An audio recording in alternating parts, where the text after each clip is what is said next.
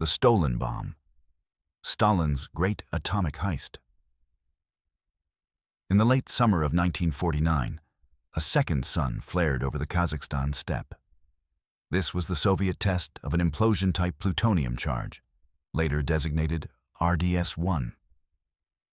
At that moment, the world realized that the American nuclear monopoly was dead. A secret had become a balance, and that balance became a new form of fear. Washington was in absolute shock. The White House and the CIA believed Stalin was at least 10 years away from cracking the code of the atom. They were dead wrong. Stalin had not just built a bomb, he had hijacked one. While American scientists were working around the clock, Soviet spies were already funneling blueprints out of the very heart of the top-secret Manhattan Project. This is the story of how the world's greatest secret was stolen in the silence of the labs, and how one man's ideals turned into history's most massive act of betrayal.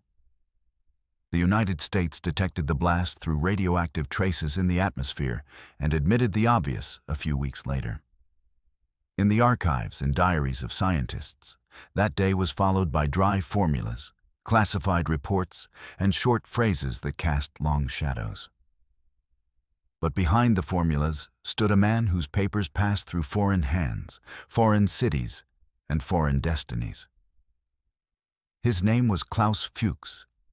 He was a physicist, an immigrant, and a member of the British mission to the American Project, a man entrusted with the most sacred weapon of democracy. But Fuchs was a mole. He did not pass information for money or out of fear, but out of a cold conviction that a Western monopoly was too dangerous. His data accelerated Soviet decision-making and effectively neutralized years of American technological leads. The rest was finished by factories, testing grounds, and the brutal discipline of the era. This is how the first Soviet atomic bomb was born, forged from the ashes of American secrets. This is how a new order arose, where every phrase about peace is accompanied by a whisper about the price. What followed was a history of documents, names, and routes that remained in the shadows for a long time. And today, that story can be told accurately and honestly, without myths of miracles, and without trying to hide what the facts confirm. Infiltrating Los Alamos. In August 1941, reports landed on desks in Moscow stating that Great Britain was working on uranium-based weapons. In London, this project carried the code name Tube Alloys.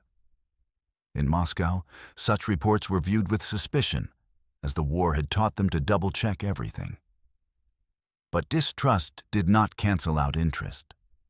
The chronicle of that autumn shows how scientific signals gradually turned into operational tasks and plans for deep-cover espionage. Klaus Fuchs was a German anti-fascist who had fled Germany and was working in British academic circles. He collaborated with scientists in Rudolf Peierl's circle and knew exactly where the formulas for critical mass and diffusion were leading.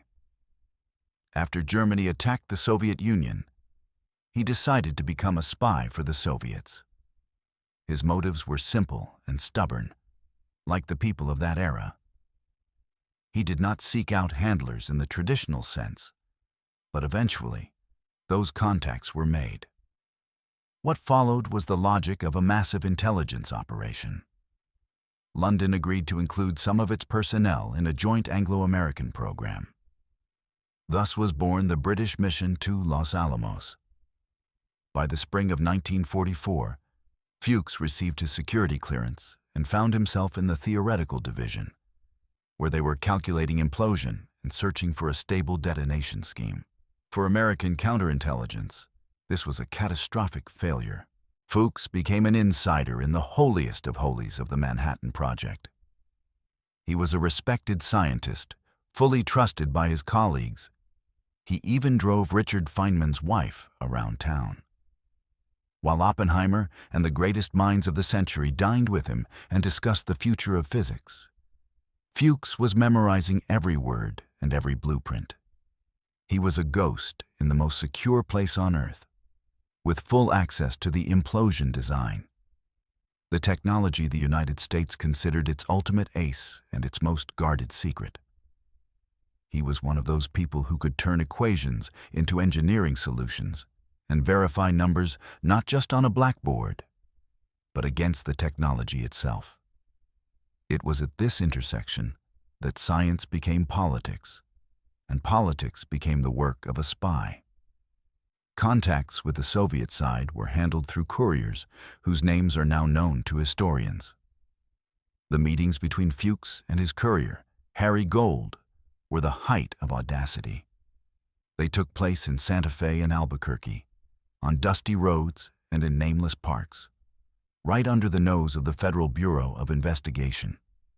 The transfers did not involve slogans. They were neatly transcribed formulas, diagrams of implosion lenses, tamper parameters, and synchronization requirements for detonators. There was no drama in these folders. There were only materials that stole years of research and hundreds of millions of dollars from America. Through those channels flowed data on the plutonium scheme, the role of uranium-238 as a reflector, and the combination of explosives with different detonation velocities. The handwriting was small. The significance was massive. The Soviet side worked in a mode of critical verification and adaptation.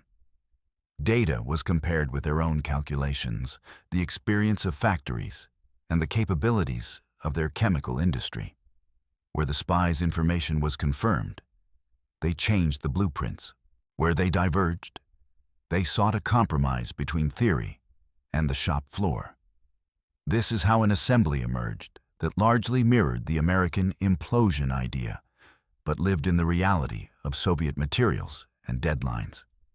Thus was born the technological axis of the future RDS-1, from a stolen note to a factory component. Lavrenti Beria took charge of the atomic project immediately after the war. His style was direct and brutal. He demanded weekly reports, factory work on schedule, and a geography of supplies that knew no delays. He did not care how many times routes had to be changed, as long as everything was in place by the deadline. It was in this atmosphere that Kurchatov's and Khariton's reports turned into a calendar of action. Errors were recorded and fixed. There was little talk. There was much work. Los Alamos went its own way and gave the world Hiroshima and Nagasaki. Shortly after, data reached Moscow confirming the practical viability of the stolen implosion scheme. The calculations now matched reality. After that, the pace at Arzamas 16 surged. It was no longer a question of will it work, but exactly when. Klaus Fuchs returned to Great Britain after the war and continued his work under deep cover. His arrest was only a matter of time. In the early 1950s, he confessed to his role, explaining his motives with the conviction that a Western monopoly would lead to escalation. History branded him a traitor. Documents dryly list the stolen components and the effects of the time saved. These documents explain why, by the end of the 40s, the Soviet project was ready for its final step. That final step was the blast in late August 1949. After that, the balance of power was no longer a theory. Diplomacy found a new language of hints. Every calculation became a matter of holding the world at arm's length. Next, we look at the blueprints, the archives, and the silent pages, so that the viewer is left with a precise picture of how the American secret was stolen, and why that theft always has a human face. The conspiracy of silence. After the RDS-1 test, the names of the spies began to vanish from reports. The Soviet system preferred to remember the result, crediting it exclusively to their own scientists. Beria ordered the destruction of duplicate intelligence materials. History froze between "it happened" and "it did not." In Stalin's personal archive, there truly was a folder labeled Enormoz. Inside were dry documents, special committee reports, telegrams, memos. They mentioned the name Source Charles, Fuchs's pseudonym. After Stalin's death, the archive was transferred to a special vault. This silence lasted for decades. In the 50s and 60s, the contribution of foreign spies was never mentioned. Khrushchev allowed hints, but did not want to destroy the legend of the unique genius of domestic science. Under Brezhnev, the legend became dogma. However, inside the system, the truth was known. The State Security Committee prepared a secret report that directly confirmed. Without the data from Agent Charles, the first test would have occurred 7 years later. In essence, the Soviet Union had stolen 7 years of American innovation. But the report was locked in a safe, marked top secret. The glasnost of the 80s touched many things, but not everything. When the Venona project was declassified in the 90s, the Russian side remained silent. For a long time, Fuchs's name appeared only in Western books. He remained a traitor to America and a shadow between the lines for Russia. It was not until 2023 that the Federal Security Service published fragments of archival materials. The documents confirmed the simple truth. Without Fuchs's data, the Soviet project would have been delayed by several years. Why did they stay silent for so long? The answer lies in ideology. For a country where scientific breakthroughs were symbols of greatness, admitting that the bomb was stolen from the damned capitalists meant admitting an inability to keep pace without grand theft. When historians of the new century returned to the archives, they found traces of that very Enormoz folder, yellowed copies of reports and short notes in the margins. Keep, do not mention. Those 4 words became the verdict for memory.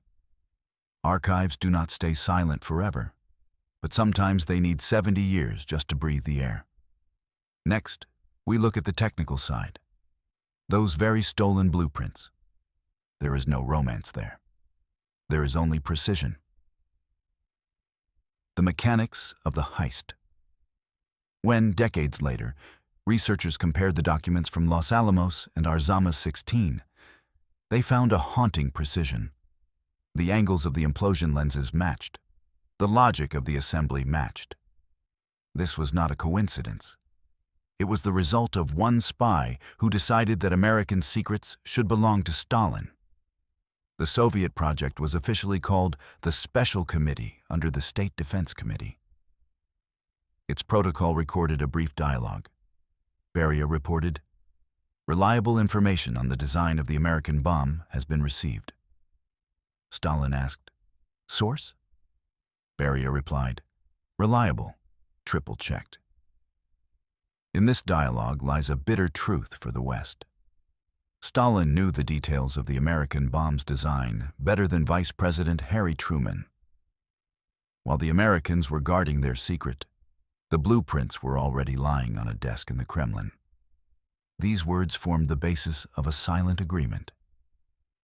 Use the stolen goods, but never mention the source. The technical side of history is dry, but it contains everything. The uranium-238 reflector, the implosion lenses, the spherical compression. All of this the Soviet engineers received not from thin air, but from intelligence data. Without this data, they would have spent years wandering through the same dead ends that the Americans had already cleared. Mock-up tests went one after another. First samples did not yield symmetry until they were verified against the stolen calculations. Every week meant a strategic pause in the world's balance. All of this unfolded under the personal control of Beria, who understood that in this race, a delay was measured in the risk of war. In August 1949, the Semipalatinsk blast confirmed. The stolen design works. The calculated yield was nearly identical to the American Fat Man. Kurchatov said, We made the impossible possible. Truman learned of the blast from radioactive particles collected by reconnaissance planes. In September 1949, the White House was forced to admit the Soviet Union has the bomb. When technical reports were declassified, it turned out that even the explosive composition, a combination of composition B and barytol, mirrored the American prototype almost exactly. Such a result was no coincidence. It was a conscious borrowing of a stolen, proven solution. The success of RDS-1 was proof of the efficiency of espionage. By then, Fuchs was under surveillance and was soon arrested by Britain's intelligence service. He confessed to everything, explaining his motive as a desire to prevent a Western monopoly. This phrase entered history as a formula for betrayal in the name of false ideals. Fuchs served 9 years and left for East Germany. In the Soviet Union, Fuchs's name was banned. After Beria's arrest in 1953, the Enormoz folder moved to a special vault. Stalin's phrase remained, "Use it, do not thank him." The matching blueprints today serve as proof that the history of science and the history of espionage write the same formula with different ink. The balance was built by the hands of a man who betrayed his country for a hostile regime. The traitor's legacy. After Klaus Fuchs's arrest, the intelligence network fell apart. Moscow lost its primary source, but the foundation had already been laid on a stolen base. However, the reliance on foreign data was still felt. In March 1950, an internal report explicitly stated, after the loss of the spy, the pace of thermonuclear research dropped by 1/3. This was an admission that without stealing secrets, the system began to stall. The main impulse for the creation of the hydrogen bomb did eventually come from Soviet scientists, but even it rested on the atomic foundation laid by espionage. State security reports directly stated, the spy ensured strategic balance 7 years ahead of schedule. It was not until 2023 that the Federal Security Service officially confirmed. Information from Western sources accelerated the creation of the bomb. In Russia, Fuchs is still not mentioned in textbooks. The value of Fuchs's information would today be measured in billions of dollars. He gave America to Stalin for free. In January 1953, Stalin left a note. The source has stopped working.